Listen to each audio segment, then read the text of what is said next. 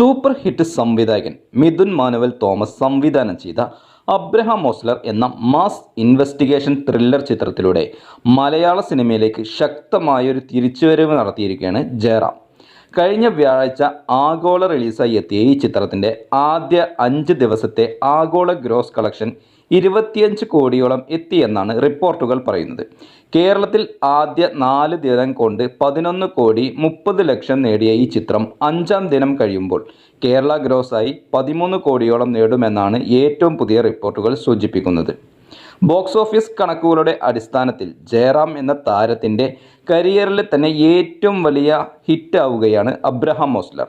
Doctor Randhir Krishnan തിരക്കഥ രചിച്ചിരിക്കുന്ന ഈ big budget medical crime thriller നിർമ്മിച്ചിരിക്കുന്നത് നേരംപോക്കിൻ്റെ ബാനറിൽ സംവിധായകൻ മിഥുൻ മാനുവൽ തോമസ്, ഇർഷാദ് എം ഹസൻ എന്നിവർ ചേർന്നാണ്. റോഷാക്ക് എന്ന മമ്മൂട്ടി ചിത്രത്തിലൂടെ ശ്രദ്ധ നേടിയ മിഥുൻ മുകുന്ദനാണ് ഈ ചിത്രത്തിൻ്റെ സംഗീത സംവിധായകൻ.